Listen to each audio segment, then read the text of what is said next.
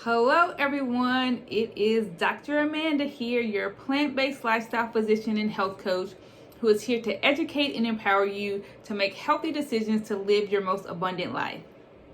Well, today we are going down a little different route. Usually I talk to you about different nutrition goals or exercise goals, stress relief, recipes that you can try, things like that. But most recently, I've been asked the question a lot is, how can I get the motivation to actually become healthier or to stay on track? Because I lose my way very easily, or convince me of eating healthier because, of course, we have to die of something, right?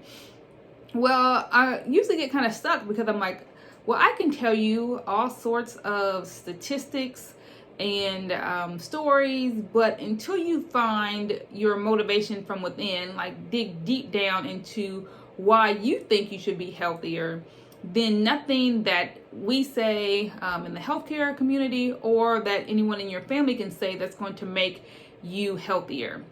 So I want to give you a few tips to think about on how you can stay motivated or convince your own self of living healthier. So first you want to write down, why would you even want to be healthier? You'll think about that. So for me, when my story back when I was a teenager and overweight, obese actually, in high school, my initial why was because I didn't want to weigh 200 pounds.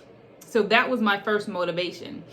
And because of that, it kept me going. It kept me pushing. It kept me exercising when I didn't want to exercise.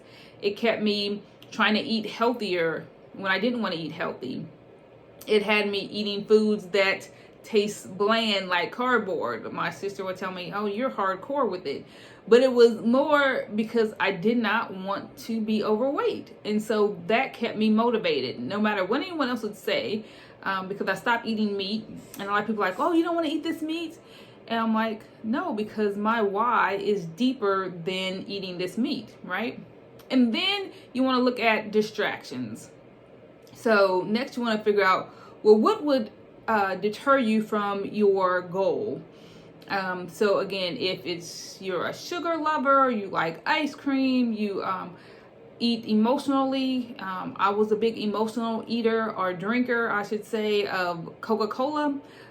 Still to this day, when I hear that, you know what I mean? Those people that drink soda, when you hear that can open, it kind of triggers something in your mind. And that would be a distraction for me to get off course. Or if I had a long day, then I'm like, oh my goodness, it's a Coca-Cola type of day.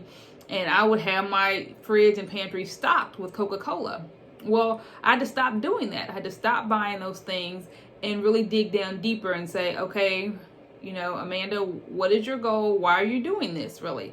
Now, I'm not saying that you have to be perfect 100% of the time. There's some times that we're going to get a little bit off course. But if you actually remember your why, it will direct you back on course, okay? Then you want to visualize, look into the future and see what your life will feel like. Not necessarily just look like, will feel like if you hit this goal, right?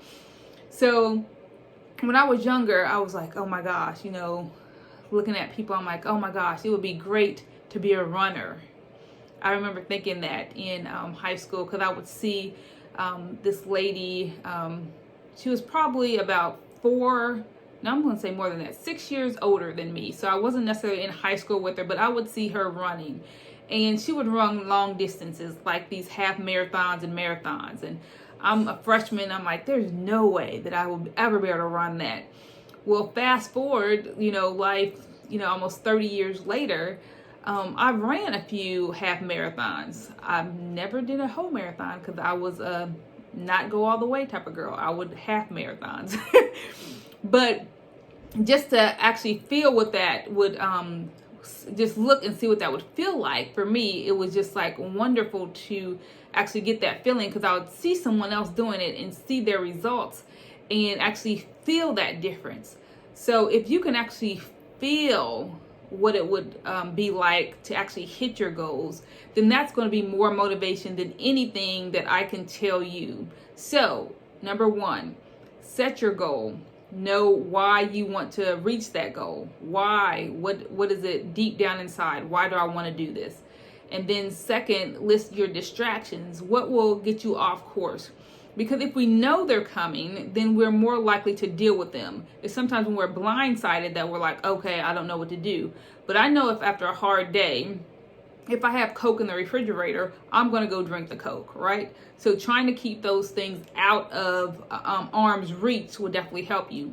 And then lastly, not only visualize, see what your future could be like when you hit your goal, but actually feel what it would feel like actually your emotions. What would you feel like if you hit that goal, right?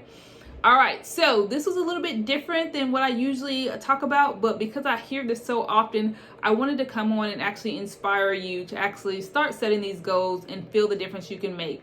So don't forget to subscribe to my YouTube channel so you will get notifications when I set out a new video, which is likely every week, so you'll know when to come and listen. So I want you to actually also comment below when you actually can feel your goal. Feel it. Feel what it will feel like. I want you to comment and let me know. So, blessings and health to you all, and have a great day. Bye-bye.